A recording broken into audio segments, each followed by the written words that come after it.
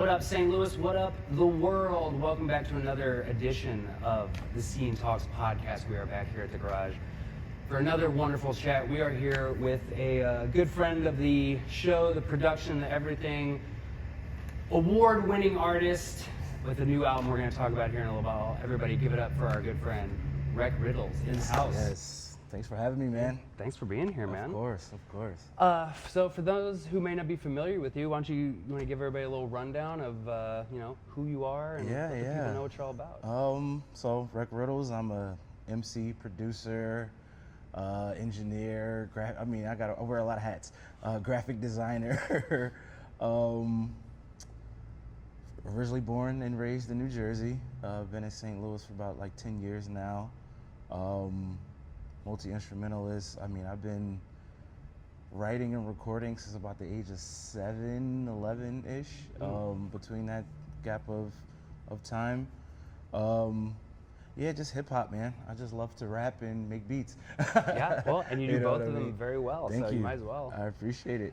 So as you said, you were originally from New Jersey. Mm-hmm.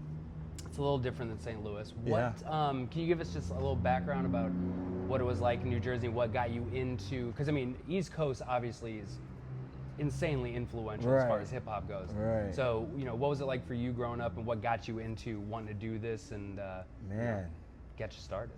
So, my family's just a music family. Yeah. Like my uncle plays like 11 instruments. All the way from like drums and keys to like trombone and tuba. Like he's just phenomenal multi-instrumentalist. So I grew up with in my grandma's living room with the piano, just in the living room. So my brothers and I, we would just tinker around on that until my mom kind of realized that we had an interest and a knack for music and wanting to play music. So she got me like a little bit of keyboard lessons and piano lessons, but I played bass growing up in school. I played upright bass, and that was like my main thing. But like, always just grew up with music in the house, as far as my grandmother having like 45s in the cabinet. So music has just always been in me. And then just growing up on the East Coast in that environment in like the mid 90s, late 90s, or early 90s. Yeah. It was a hot time to be doing that. Yeah, we're talking the height of the crack epidemic. Yeah. A lot of violence, a lot of crime going on in Newark, New Jersey.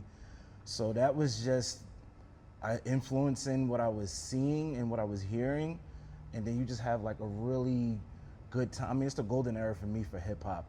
As far as even in just living in Jersey. Yeah. You got so many people coming out around that time, from Naughty by Nature, Redman, Queen Latifah, the Fugees.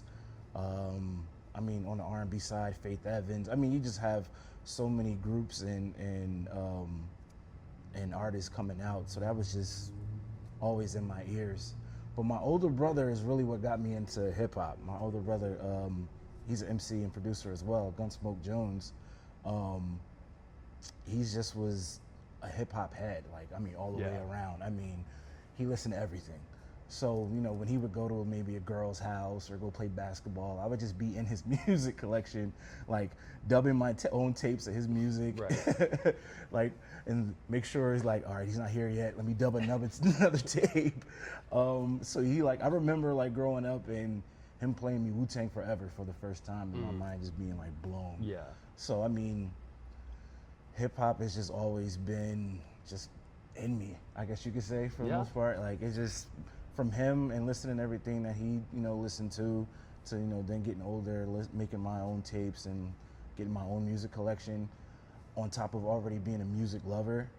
It was just like a natural marriage. And then just the influence of the East Coast and that time frame, it's just ingrained in me. You know what I mean? Yeah. Well, like you said, especially during that time, I think everybody wanted to be a hip hop artist in some form or another. There was so much out there, and it was so good, and it was blowing up so much. Right. So you're in New Jersey, growing up, and you're going through all this. So then what brings on the move to St. Louis? So my wife actually got a job offer. We just gotten married and everything, And it's just really expensive to live basically anywhere in New Jersey and New York. I mean, and we're newlyweds. We're like, all right, we got to figure this life shit out. Right. What are we gonna do? And St. Louis is cheap. And so, you know, it just so happened to be that being in this part of the country is just a lot more cheap than it is on the East Coast. And the job that she was offered was paying more money than what we were, you know, she was getting there. So it was like, all right, no brainer. Let's just go and start our life somewhere, you know, brand new.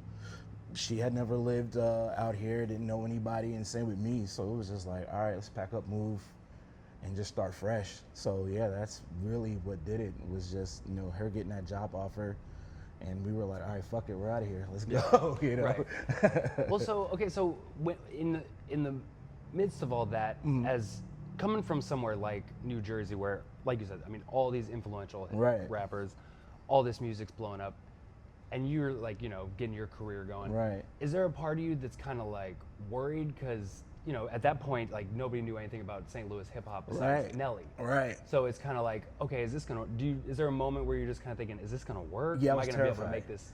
Am I gonna be able to make this happen? 100%, because my style and just who I am It's very East Coast. Is true East Coast, Yeah. and it's true, I say golden era East Coast hip hop. It's not really contemporary with what's going on in the like New York, New Jersey, Philly area.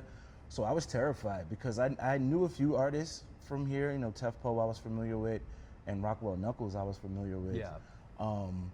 But I didn't think that at all, that my style would adapt to St. Louis. But when I got here, I was like pleasantly surprised that St. Louis is very open and adapts. I mean, there's so much is here, just in the hip hop scene in general.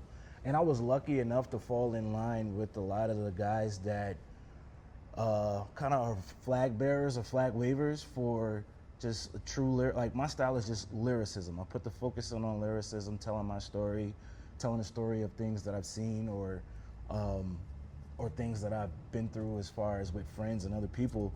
So I was able to fall in line with guys that appreciate that, love that, and were able to kind of just propel me to being a little bit more in the forefront. I mean, of course, I'm the new kid, so there was some intrigue there, but it was also the sense of,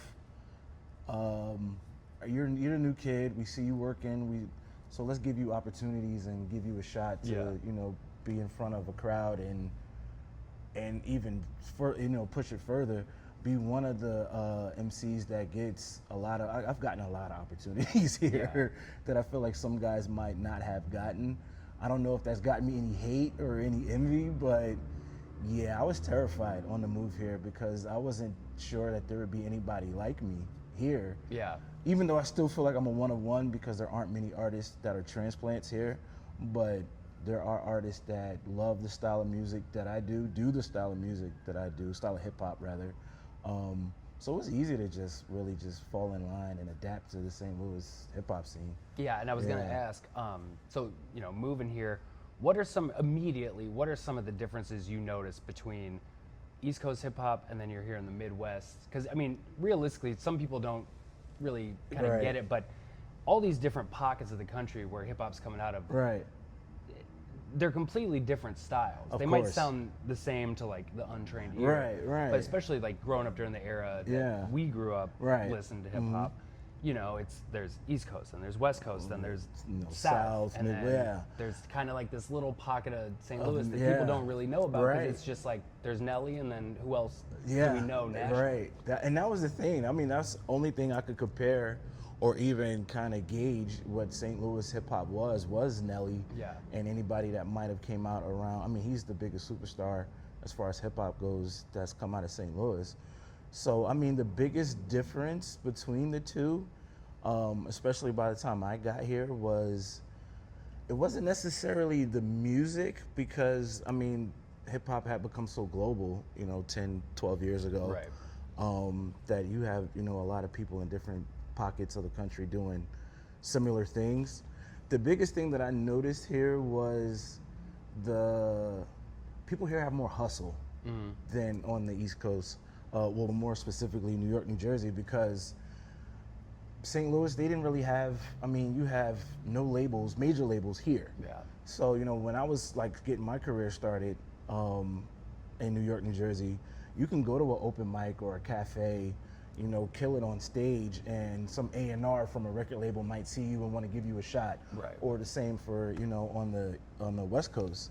Here, you really gotta like be your own person. You gotta be your own like entity almost to a certain, like, so I've respected that so much. I mean, and I always appreciated that about Midwest artists and Southern artists, that they really like, if they want to make an album, they're gonna go get some recording equipment, make an album.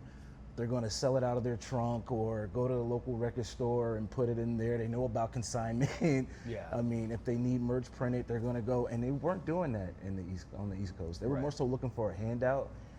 Here, I see that more people were looking for somebody, just like looking for opportunities, I guess you could say, and more so forging their own way and being their own entity and their own, I guess you could say, like their own business, their own company to a certain degree. And I've always respected that about St. Louis and the Midwest and the South as a whole, is that they really will do it regardless. You know what I mean? So. Yeah, I will say one thing I've noticed in terms of promotion and stuff for hip hop shows is you don't see a lot. Like it's not like with bands in St. Louis where Monday, Tuesday, Wednesday, Thursday, Friday, Saturday, Sunday, you can go to 100 different places in a band. Right. You don't see places every night where you go featuring or tonight, special show with so-and-so. So like when you're moving here and you're getting these opportunities, do you remember what it's like just kind of having to, like, what is it like, especially with a completely different style, being from a completely different place, in terms of networking with these people to figure out, you know, okay, I need to find a producer in town. I need to find somebody that can plug me with a show in town. Like, how difficult is that when you're in a place where it's really just not that common, honestly? It was difficult at first, but luckily I consider myself a really resourceful person. So when I got here, I was like, all right, so I just went to Google, and it's funny that it was just as simple. I went to Google and typed in St. Louis hip hop scene, and then I saw Slumfest popped up first. Saw a few other things, clicked on Slumfest, found them on Instagram, and then just went to so they used to have I want to say it was monthly, can't remember, called Sunday Cypher Session at Blank Space. Well, it used to be Blank Space. And I went there one day, just popped up. I didn't get on the mic and rap because it's essentially an open mic. And just watched and said, all right, he's the host, I need to talk to him at some point. Yeah. He's a DJ, I need to talk to him at some point. So then I went home, got myself together, said, all right, let's do this. And just sent the Instagram DM, and it was that simple. And I was able to, get in touch with Rob Boo, who was kind of the face of Slumfest at that time, and sent him a few things in an email. And he's like, all right, I like your style, come. We have Slumfest coming up. We already have the lineup pretty much booked, but we have 4 to 5 open slots. Come and perform. And it's gonna be a competition. Yeah. And the best 4 or 5 performers is gonna get a slot at the Slumfest coming up in June. I went there, and that was pretty much it. I knocked it out the park, got on the Slumfest bill that June. I think it was like 2015, so like 10 years ago. And then it was just off to the races. Yeah. So it really wasn't that difficult. It was challenging as far as finding places that more fit my style. Right. And because when I first got here, I really just covered the whole spectrum. So if it was a trap rap event, I was getting on that. If it was more of a experimental, more so like who can I compare it to? Like a Cannibal Ox LP, Def Jux style. I was going there to rap. Like nothing was off limits for me until I was like, all right, these are the people that really appreciate and love my style. So that's where I'm gonna be as far as doing shows and just getting my feet wet and making sure that people are getting familiar with Rec Riddles, the name and the sound and what I bring to the hip hop scene here. So it really wasn't that difficult. I just being resourceful, I guess, is really what made it work. Right. Yeah, that Google, it's a hell of a tool. Yeah, man. I tell people that all the time, is like, don't be afraid to Google search something. Don't be afraid to, if you don't know, don't be afraid to go to Instagram, search, pull whatever keywords in, and you never know what rabbit hole you might end up down. We are at the scene. We are very familiar with Google and Instagram DMs. This is basically what we're made of. Right. Okay, so you brought up Slum Fest. That's kind of how it all started and got going. Yeah, definitely. I wanted to bring that up because we were there at Slum Fest this year. Right. And you were nominated with Damon and Supreme Soul for Best Rap Group. Before we get into the Slum Fest, how do you guys come together? Because I've seen y'all a few times now, and you guys' styles, I'd say, couldn't be more different. Right. But somehow it works so incredible. Like you guys' shows are just like, you can't go to the bathroom. Don't miss any of it. It's like you got to watch the whole thing. Right. So considering how different you all are from each other, how do you all meet, see each other's stuff, and then go, why don't we just blend this all together and make it this big, crazy mix of stuff? Well, so I've known Supreme Soul since about 2016 when I first saw him rap at the Sunday Cypher session that I just mentioned, and thought he was phenomenal. I mean, he's always been, of course he's gotten better, but he's always been really good. And I always just thought that he was overlooked, by a lot of the people in the scene that were more so like gatekeepers, if you want to call them, for lack of a better word. So I just always kind of had my eye on him and was like, I want to work with that kid or give him some opportunities or something, because I felt like he wasn't getting the opportunities that he deserved. And I met Damon, because Damon was living in LA for a really long time. I want to say I met him at the Monocle, what used to be the Monocle in the Grove. And I saw him perform and I was like, who the fuck is this guy? Like, he's incredible. Got to talking with him and I'm thinking he's a new kid, like, yo, man, you're dope, man. You should do this, you should do that. I'm giving a future in this. And I'm like, he's like, people looking at me like, you don't know who the fuck this is? I was like, no, I don't. Like, I'm unfamiliar. Got to learn the history of, all he's done in the St. Louis scene and all he's done just as a whole. So it just started with the appreciation of each other's talent and what we brought to because we're solo artists prior to. And then one day, I want to say, we were at Four Hands Brewing. We had just performed because Dame and I had been talking about working for a really long time when he first got his publishing deal. And at the time, I was just touring real crazy around the country, so it kind of didn't really fit. So, fast forward to, I want to say 2021 or 22, we were just at each other's shows, just real crazy. So we were at Four Hands Brewing one night, and we were just talking about, how we all felt like we had chips on our shoulder, and how, Soul doesn't get the just due that he deserves. Dame feels overlooked. I feel kind of overlooked. So we're like, we should come together and just be a group for like the underdogs. We had no idea that it was gonna work. I mean, like you said, our styles are completely different. And we just got in a room one day, started writing records. I wanna say we wrote maybe like 4 or 5 records together. Listened back and was like, all right, we're a fucking group now. Like, there's no way that this is not gonna, seems to work. Yeah, I mean, it just, and being that we all have different styles, the fact that when we write these records, we're in the room together. So it makes the cohesion even more so, I guess it just makes it better that we're together. But I've learned so much from them, working with them. I'm not sure if they've learned anything from me. I hope so. But I've definitely taken a little bit of Soul, a little bit of Damon, and added it into my own little stew. But I mean, that's pretty much how it happened. We were just familiar with each other. We all just had this same feeling of being like we had a chip on our shoulder. And then we just found out that it just works between the three of us. I mean, our personalities. I mean, those two guys are like my best friends right now. It's like, I don't really hang out with anybody but them. And it's funny because we never rehearse. We never rehearse. We never know what we're gonna do. It's always spontaneous. And I feel like that works the best for us because I feel like if it was pre-planned, it would kind of put a damper on the show.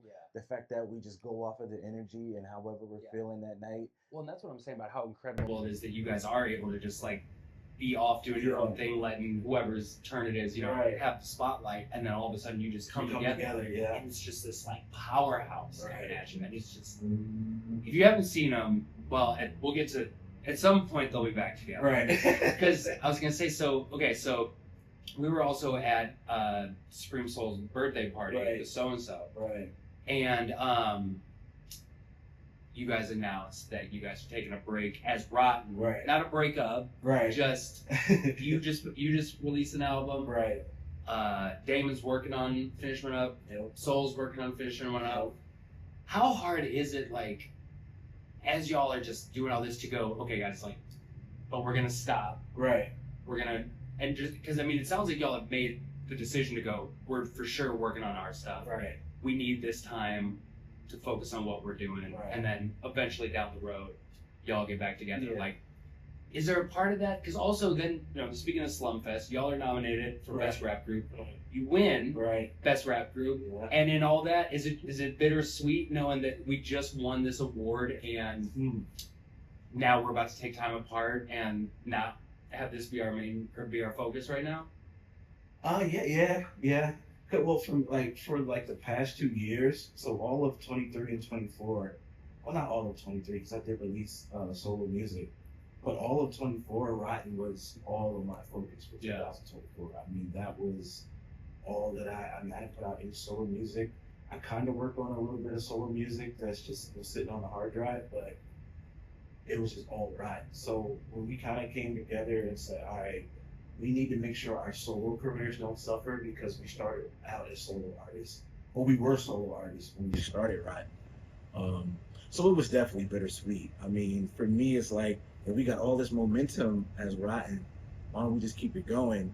But, you know, Dame's like, well, you know, I got my album, I got, you know, this, that, and the third going on. That has to be my focus. Yeah. And I said, you know what? I've been working on music that's just sitting on the hard drive. I need to put some of this music out as well. So it was some hesitance for me, but at the same time I was like, you know what, you're right. Let's pull back for a minute. Let it, you know, simmer down. So, you know, let people miss us a little bit, Right. and then we can just come back and just, you know, make it to where it's like we haven't been gone for, Yeah. you know, because honestly, this, you know, hiatus is kind of unforeseen. We don't know when. I mean, when Dame's album is out, and you know he does his rollout, and you know I'm sure we'll come back together. Yeah. But I mean, at the same time, I plan on putting out more music this year as well. So it's definitely a happy, but yeah, it was definitely bittersweet. I didn't really want to put it to the back burner, but you know, we all have things we want to say as individuals, so I understand completely. Well, and then, you know, with everything going on with you guys, you know, being individual, I just can't even imagine when you guys do come back. Right. All the growth, all the learning, Right. all these experiences and your own stuff is just gonna make that Exactly. return music Exactly. that much better. Definitely. And I mean, like, how was it winning that award? Because I know the interesting thing is, I know you have a line in the new album where you specifically mentioned Right. going to the Slumfest Awards and not winning anything. Right. So how, like, justifying and how does that feel? Yeah. Is it any different because it's in a group setting, or is it maybe like a testament more to how well you guys are doing, considering you've been able to put all these different styles together Right. and be considered the best group? It's a little bit of both. Because I was nominated for Best Rap Group in 2017. I was in a group with an artist by the name of Accurate. We formed a duo, and I was nominated. But it was definitely, you know, gratifying. I mean, after 10 nominations, Yeah. and hadn't, you know, won until the 11th. But for me, it's like that just kind of proved to me that this group is extremely special. It's, in my opinion, I don't think there's anything like us in St. Louis. I mean, just to be specific, because, you know, Slumfest is based on St. Louis artists. So, I mean, it just let me know that, you know, this group is special. I know I've been nominated in the past, didn't win.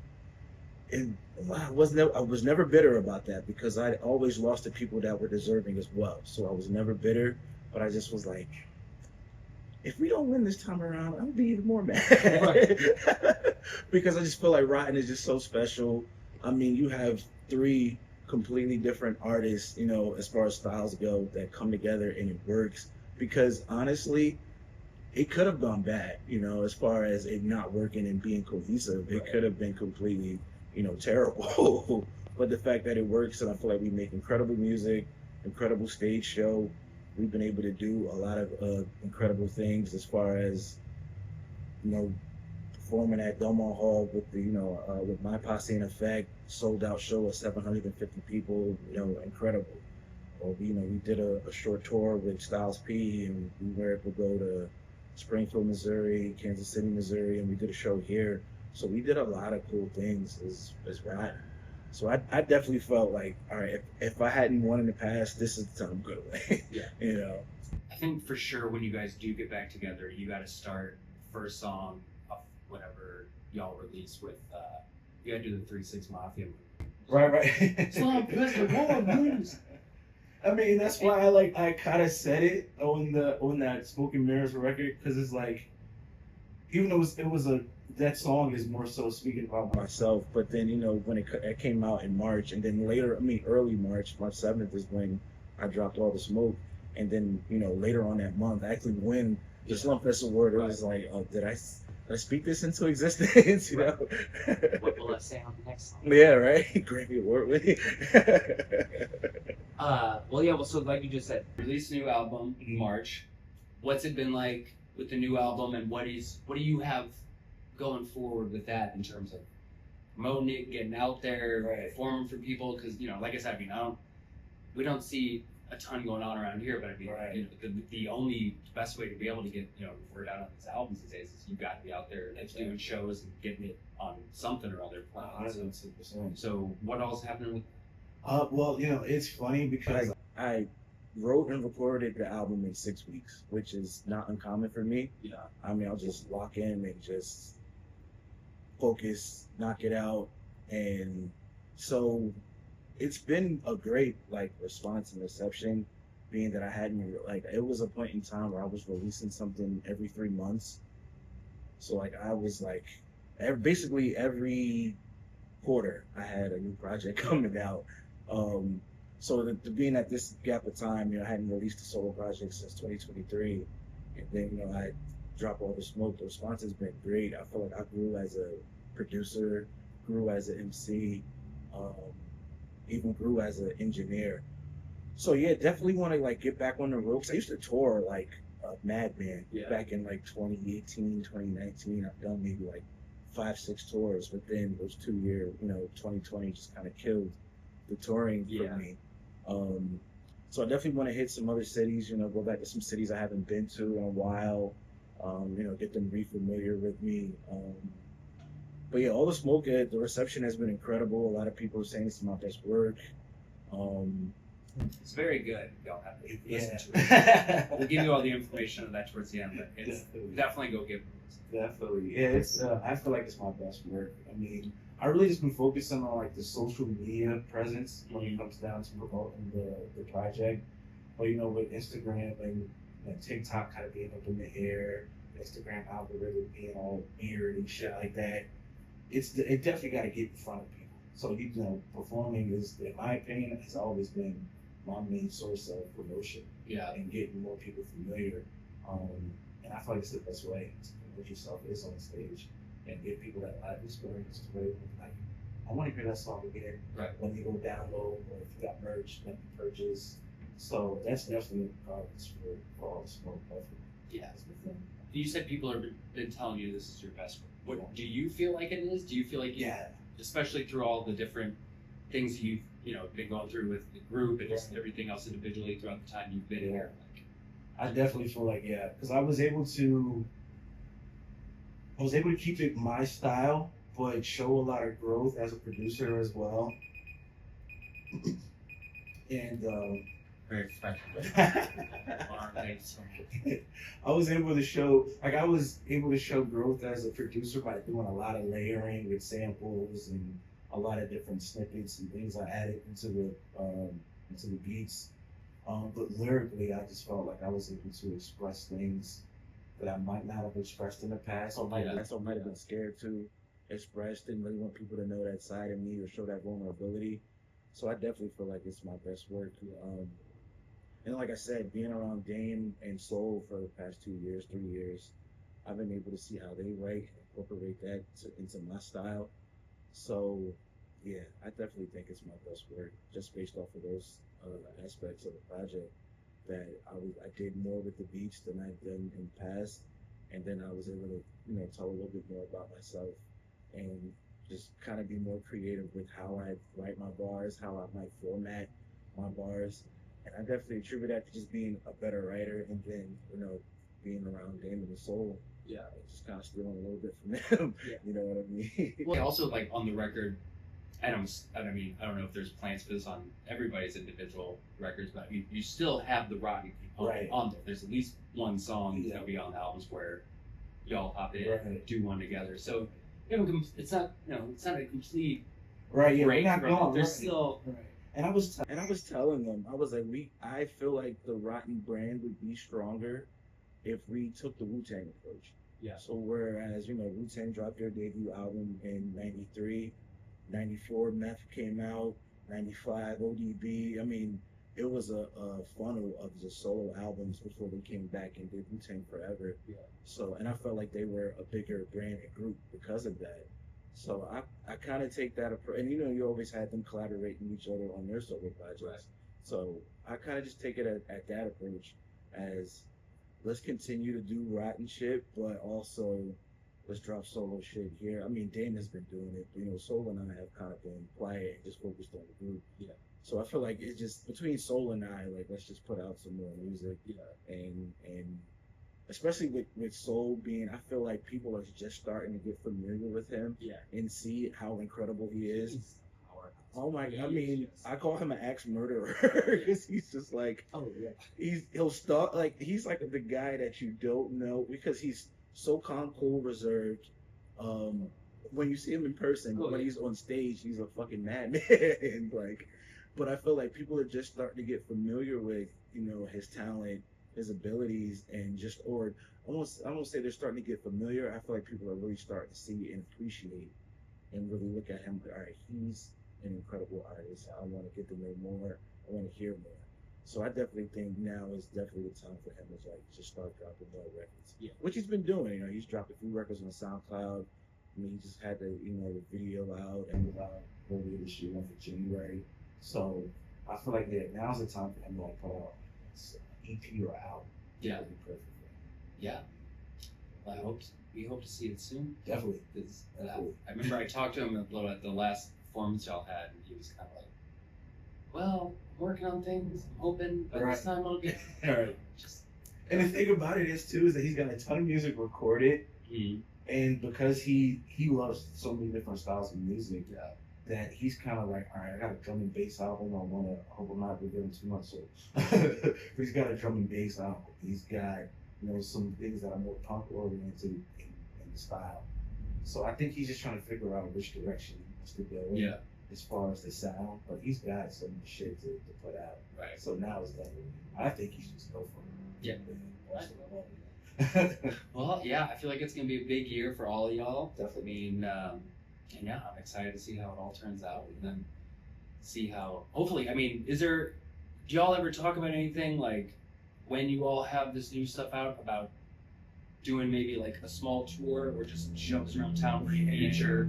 It's rotten but broken, into pieces. And that's what was so cool about the drop show that we did in March, that the day that All the Smoke came out, is that you got a solo set for me, you got a solo set from Soul. Dame was gonna do a solo set, but he decided to shoot a music video, which was fine. It was super dope. And then we did a Rotten set.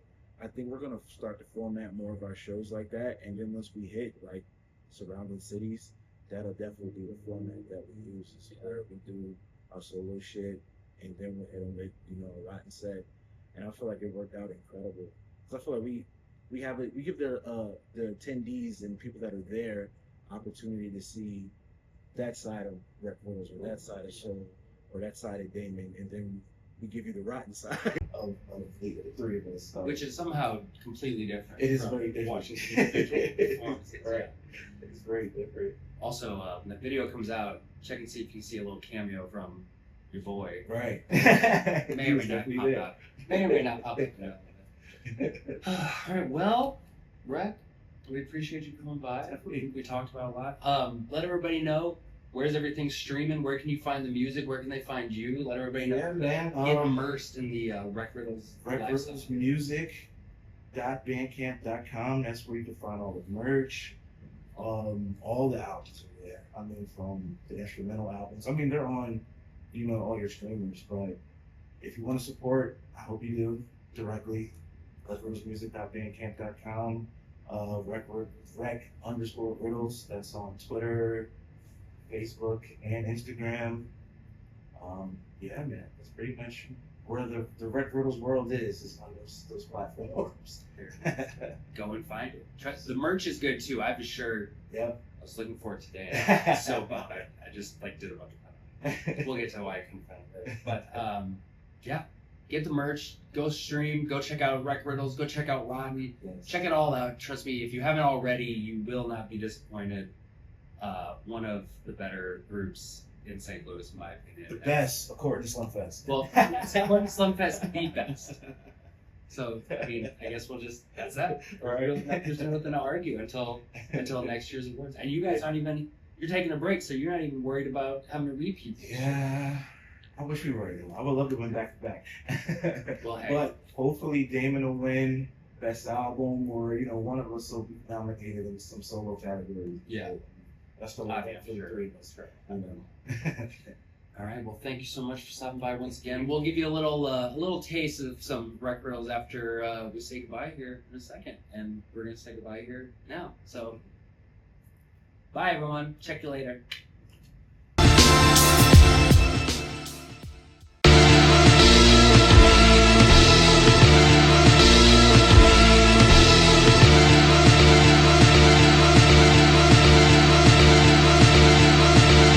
No shorts taken, no move faking. I keep it moving. No shorts taken, no move, no move. No keep it moving. Beyond the art for 3, I dominate features. How could I cease? The lead coppers, my team's proper, unique. They screaming so golf in the bleachers. Ain't no prize for the weak. I slide collide Bugatti's fast 305 on the dash, moving silence with heaters. Can never beat me, boy. You match the size of my sneakers. Prince of a mama, queen of surviving each trial that you got through to divide and beat down our odds while steady trying to defeat us. So rock swallow my demons, rob preachers blind on the weekend. Headshot your deacons leaking, rides on my pod like Vegeta. Fuck your false minds of a leader. Yeah, oh shit. College for me ain't provide what was needed, bitch. My only solace is freedom. I'm incomplete denial of you and your lifeless achievements. I'm what you wanna be, huh? I've been almost golden in front of me, huh? Y'all will forever be under me, huh? I'm playing like Tekken, I'm Heihachi, huh? Madman antagonist, still on that devil shit. Cold still of that metal hits cross the face of the shovel, man. You get this fellow shit. No move faking. I keep it moving. No shorts taking, no move faking. I keep it moving. No shorts taking, no move faking. I keep it moving. No shorts taking, no move, no keep it moving. You tuned into the best alive, allow me to testify. Never took the stand, I take a stance, problems rectified. So trust, records slide with bad intentions edified. The streets get extra live, working to success arrives. You ever met a fly hustler with nerd tendencies? Probably not, can't fit in the box of this industry. It's all synergy, raw talk, epitome. You never give a dog a bone, that's like giving a pen to me. Validity, sinister minister, menace with a ministry. Double meanings in my literature, I mean it literally. It's all facts packed in my lyrics, no slack writtens. So now I got you riding my wave, no cat niggas. These rap niggas think we friends cause I dat niggas. And it be the same hand that I use to clap niggas. To make it rich off rap is still the dream plan. Little bro out for the chicken, call him my wingman. No shorts taking, no move faking. I keep it moving.